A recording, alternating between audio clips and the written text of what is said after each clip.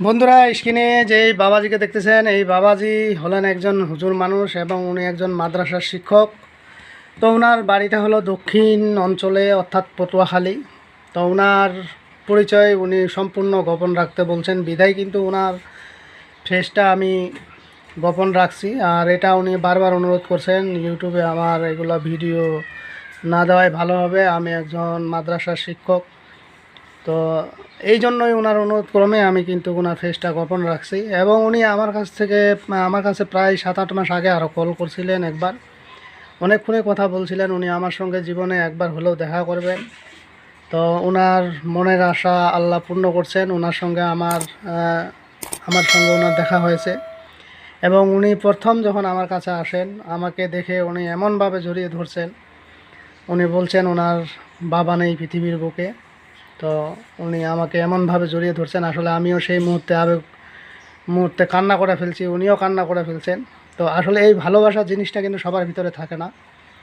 তো উনি আমাকে ওনার কাছ থেকে যে ভালোবাসাটা পেয়েছি, আমি আল্লাহর রহমতে খুশি, উনিও খুশি। ওনার কাজগুলো যাতে আল্লাহ সমস্ত কাজগুলো করে দেন, উনি যে আশাগুলো নিয়ে আমার কাছে আসছেন, প্রত্যেকটা কাজেই যেন আল্লাহ ওনাকে সফলতা দেন। আমি ওনাকে মন থেকে দোয়া দিয়ে দিছি এবং ওনাকে 4টা জিনিস আমি সঙ্গে করে দিছি, যাতে উনি প্রত্যেকটা কাজে সফলতা অর্জন করতে পারেন এবং কোনো কাজেই যেন বাধার সৃষ্টি না হয়। সেই জন্যই উনি আমার কাছে আসছেন। এবং সবচাইতে বড় বিষয় হলো উনি যে আমার কাছে আসছেন, জড়িয়ে ধরছেন, কান্নাকাটি করছেন, এটাই হলো সবচাইতে বড় বিষয়। এটা সবার ভিতরে থাকে না। আর বর্তমান তো মানুষ বুঝে নেই, সবাই তো 2 হাত 2 পা 2 চোখ থাকলেই যে মানুষ হবে এমনটা নয়। ঠিক আছে, মানুষ নামে কিছু আছে, মানুষ একটা হলো মানুষ, একটা হলো মানুষ। তো উনি হলেন মানুষ, ওনার মন মানসিকতা আমি দেখেই বুঝতে পারছি এবং উনি সহজ সরল মানুষ। ওনাকে দোয়া আশীর্বাদ করে দিলাম আল্লাহর রহমতে উনি যেন প্রত্যেকটা কাজে সফলতা অর্জন করতে পারে। ওনাকে বিশেষ কিছু নিয়ম দিয়েছি, ওই নিয়মগুলো যদি উনি মেনে চলতে পারেন, আল্লাহর রহমতে উনি প্রত্যেকটা কাজে 100 ফলাফল পাবেন, এতে কোনো সন্দেহ নেই। তো যাই হোক, ওনার মুখ থেকে কিছু কথা শুনে নেই, কারণ উনি কোথায় থেকে আসছেন। সামনে দেখা গেলেও আপনাকে বুঝতে দিব না।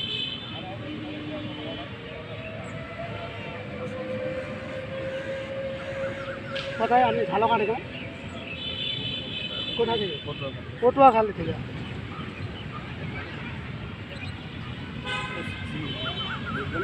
আমি এখানে বিস্তারিত কিছু বললাম না, কারণ আপনি স্যারকে নিষেধ করতে, সেই জন্য আমি এখানে বেশি কিছু বললাম না। তো এইটুকুই খালি দর্শকদের উদ্দেশ্যে বলবো যে উনি অনেক দূর থেকে, ঝালকাঠি থেকে আসছে। তো আমার কাছে শেখার জন্যই শুধু আসছে। আমি ওনাকে দোয়া করে দিলাম উনি যেন সব কাজে সফলতা অর্জন করতে পারে। আর ইউটিউবে আমি অনেকের এই ছবি ফ্রেশ দিই না, কারণ অনেকের বাধা থাকে, সমস্যা হয়, এই জন্য আমি সবারটা দিই না। ওনার ফ্রেশটাও আমি এখানে গোপন রাখলাম, ঠিক আছে, কারণ উনি হুজুর মানুষ, এই জন্য আমি এগুলো বিস্তারিত আর বললাম না। বন্ধুরা, এই বাবাজি হলো আমার অনেক দূর থেকে আসছে। তো সর্বশেষ ওনাকে আমি বিদায় দিয়ে দিচ্ছি এখন। তো উনি অনেক আশা নিয়ে আমার কাছে আসছে শেখার জন্য, আমি তো আশীর্বাদ করে দিচ্ছি আল্লাহ রহমতে উনি কাজকর্ম করে খাইতে পারবে। তবে ওনার কাছে আমি 4টা জিনিস দিছি এবং 4টা জিনিস সঙ্গে করে দেওয়ার ফলে উনি অনেক কিছু বুঝবেন এবং অনেক কিছু সমস্যার সমাধান করতে পারবেন।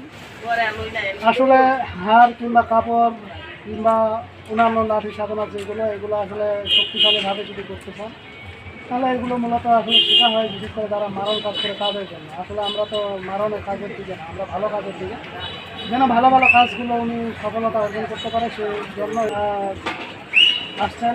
তো ঝালকাঠি থেকে আসছেন।